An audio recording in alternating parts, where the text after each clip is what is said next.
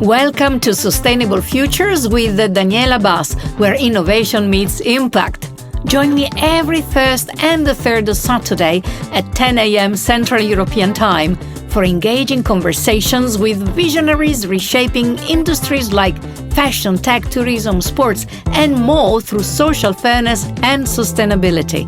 As a global leader and change maker, I share fresh insights and actionable ideas to inspire meaningful change and drive results.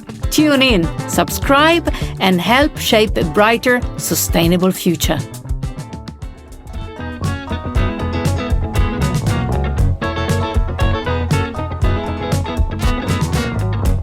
Good morning, ladies and gentlemen, and welcome to the second day of the IATA Aviation Day Mena.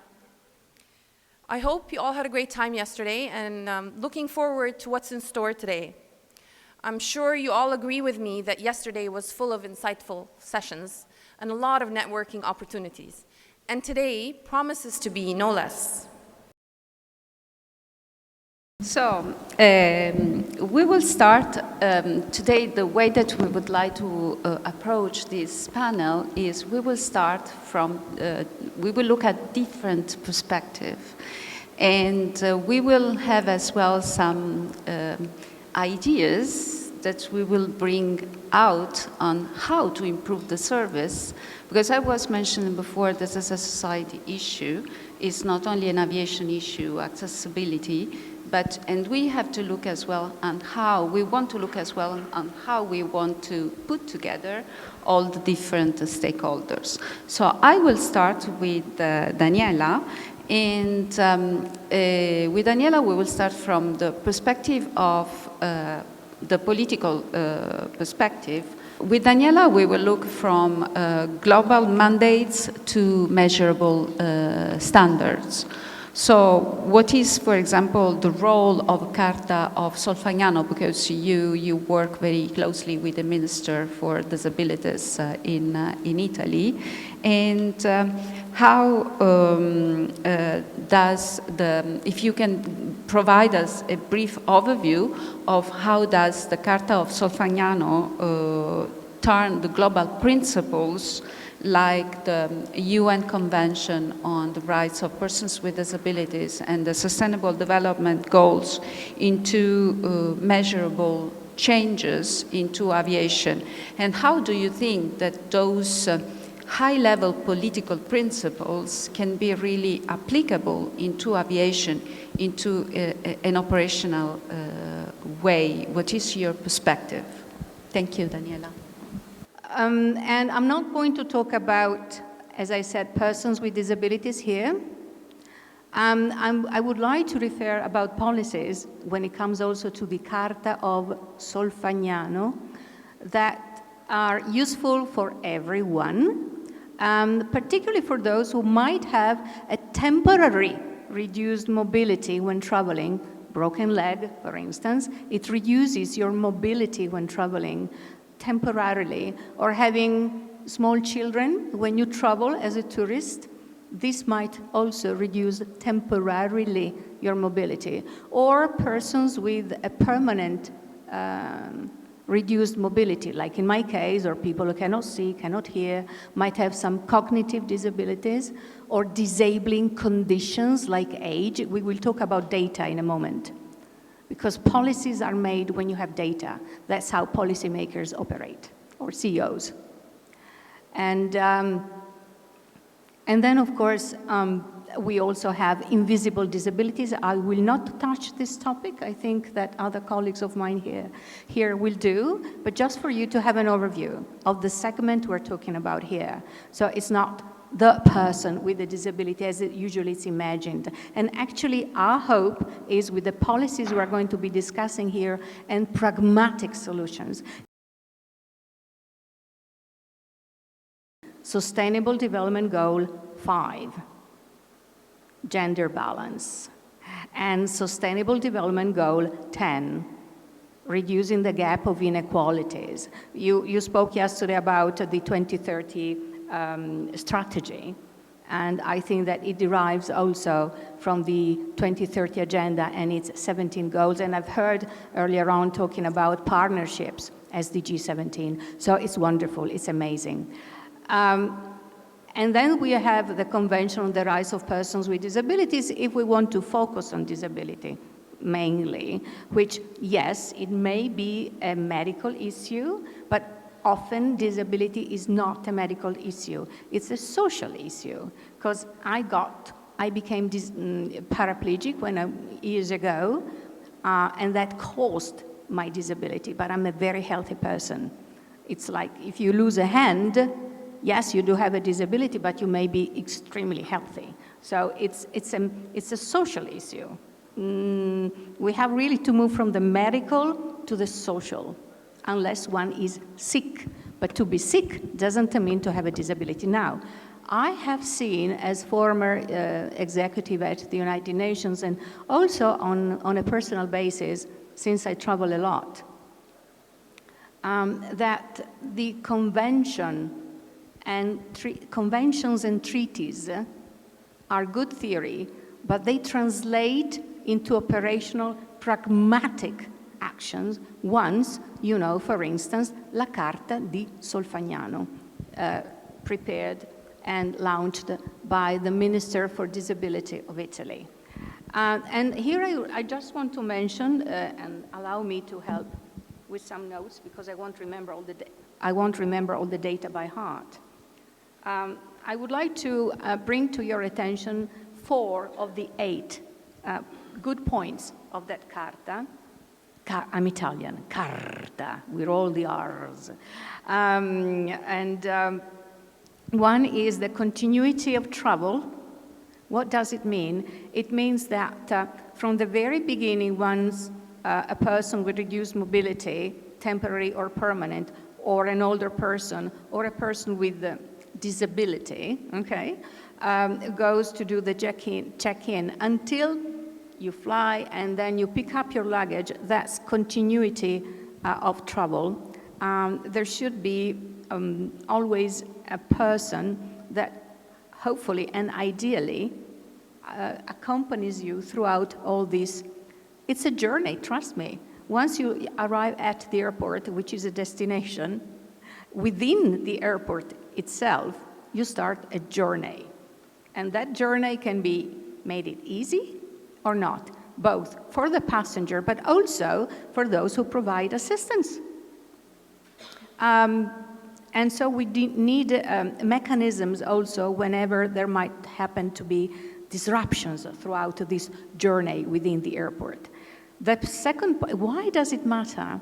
Because travelers' experience should not depend on luck or geography, depending which airport you happen to land, okay? Or to board.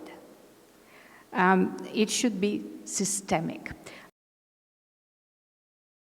The second point of the 4 is accessible and reliable communication. Now, as somebody who studied politics and policies and as a journalist, communication to me is very important. Communication means many things. I've heard yesterday talking about digital communication. Great. We should make sure that apps, websites, and everything are readable by everyone, from older persons who might not be so literate in digital language. It's an alphabet, and older generations do not know this alphabet. Some, not everyone. So great to talk about digital communication, but think about a huge slice of the population who travels, who doesn't know the ABC of the digital language. Then it can apply also to persons who might have visual impairments or difficulties in using the iPad, whatever, the computer, iPad, whatever. Then, so communication is also providing training, the proper training. Communication is listen to both those who provide the support to passengers, because they have lived experience on a daily basis. You see, I used to be an executive myself until recently, and often we are in the ivory tower. But we lose contact with the grassroots people, meaning to those who are really working day after day after day with the real issues. So we should really listen to them, and that's part of communication as well. I could go on and on communication because that's my passion. And then we have the third point, co-design with persons with disabilities or so. Why? Here's some data. This I have to read. Just talking about, I won't talk about persons with reduced mobility temporarily because the number is huge. Just think of, as I said, a broken leg, for instance, or becoming a hard impairing for a while. Think of all the, and then if we think of persons with disabilities or persons with permanent reduced mobilities, there are so many natural disasters, conflicts, and wars. It's besides those who are either born with a disability or acquire one, like in my case, et cetera, et cetera. So it's a huge number. It's literally impossible to count it, literally. There is a sort of overview of how many people there might be with a disability or in the world, but it changes also on the definition that each country has and what a disability is. So it's difficult to count, but it's around more than 1,500,000,000 people, sort of, out of 8 billion people we are in the world, which is a huge number. Now, allow me to tell you why it's important to co-design the airports of the future in an inclusive manner. Some data I have. This is from the census of the government of the United States of America. As of 2024, the United Nations population reached approximately 340 million, with about 18.4% of the population, that is approximately 61 million people, living with the disabilities, and over 32 million, that is a teeny bit more than 50%, of the persons living with disabilities in the States.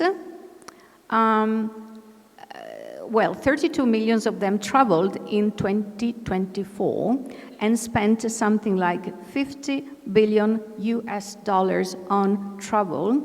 And often you might travel with friends or boyfriends or girlfriends, whatever, or family members. So just imagine that you double it. Only. It's already $100 million in 1 year. UK, in 2024, the UK population was approximately 68 million, with a 21%, that is around 14,300,000 people identified as having a disability. Nearly 8.3, so more than 50%, almost 60% of this group I just mentioned traveled in 2023.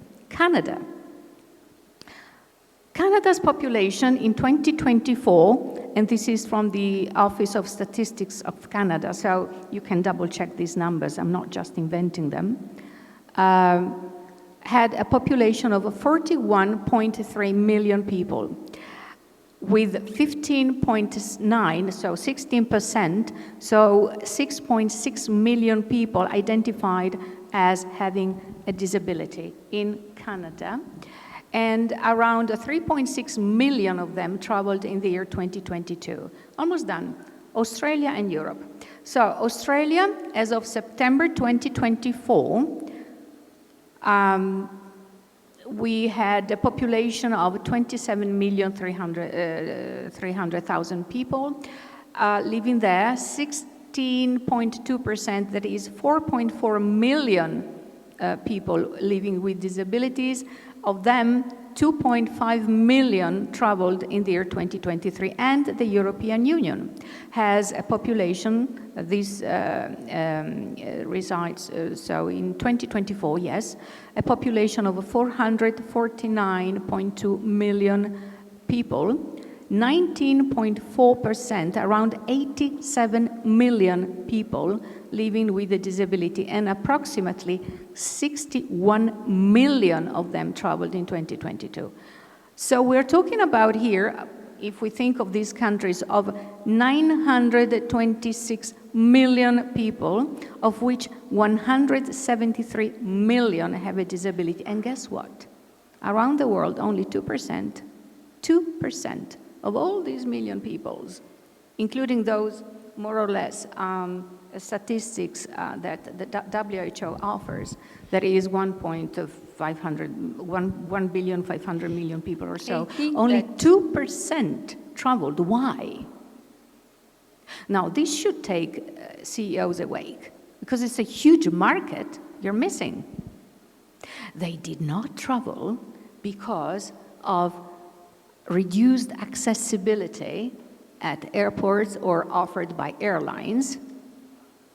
It's terrible. You are missing so much money, guys. You don't realize it.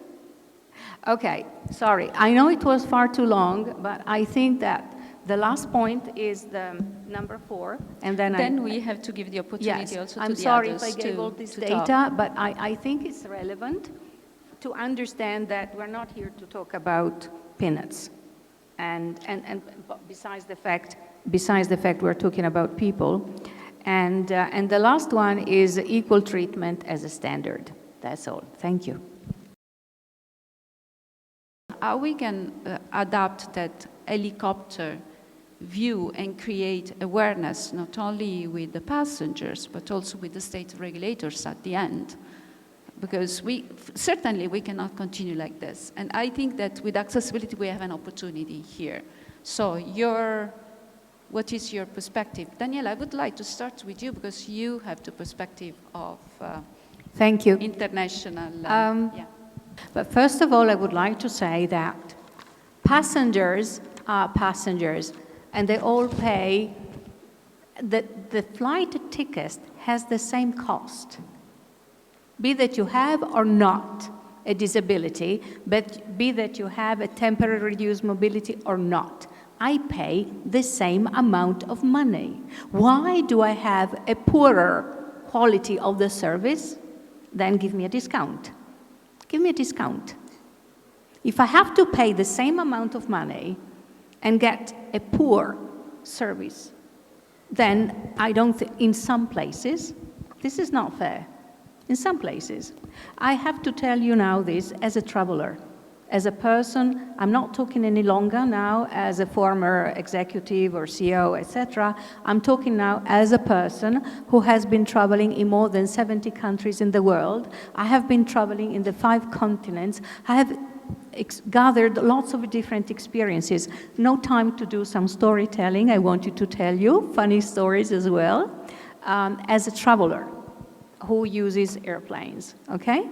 So, but I find it's very important for me to highlight this aspect. I pay the same amount of money. I expect the same kind of accessibility, inclusion, proper trained staff, and quality of service. Punto. Now, having said this,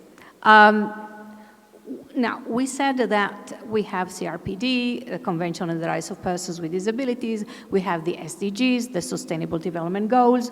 From theory now to practice, we have the Carta of Solfagnano that was presented to the G7.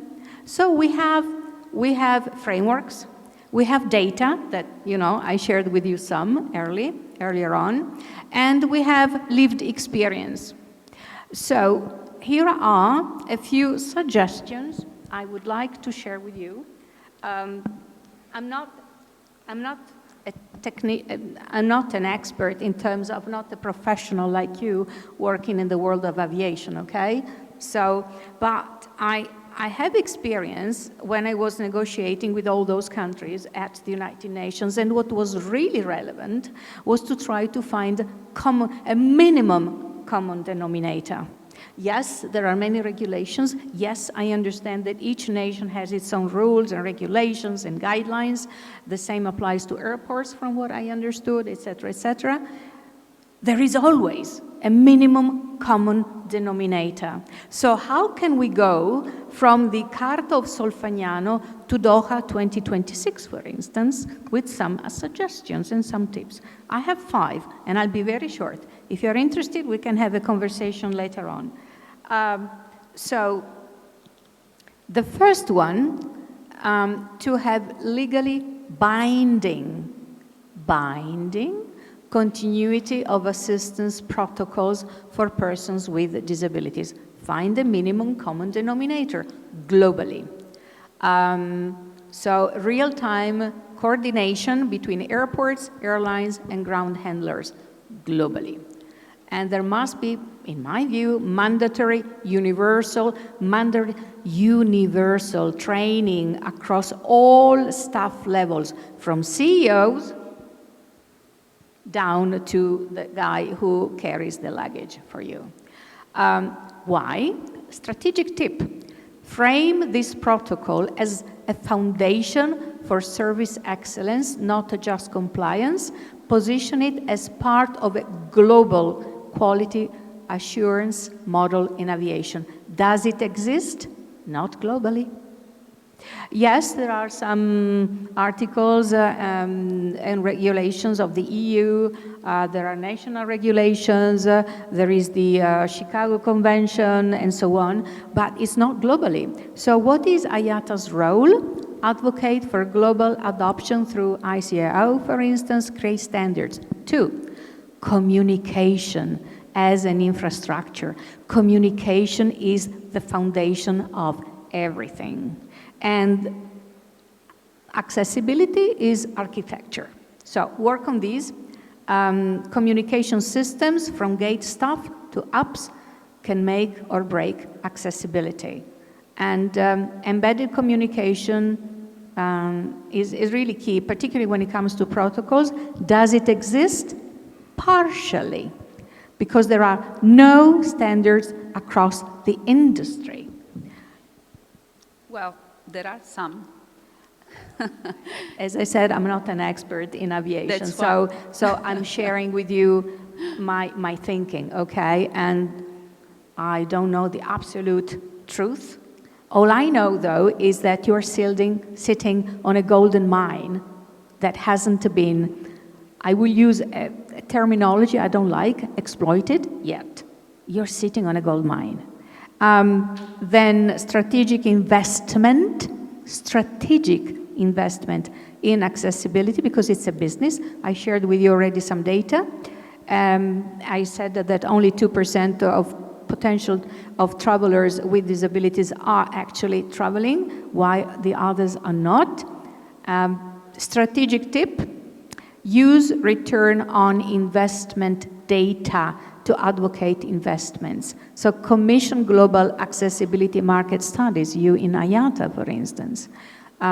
Promote best practices and financial returns. Promote and incentivize member investment in accessibility innovation. The 4th, and then we have only one left, my favorite one, together with number 5, that is systemic integration into global aviation governance. Doha 2026, in my view, could be the turning point. You have all you need. So embed accessibility into global frameworks, give certifications of accessible services, create a permanent G20 task force on accessibility.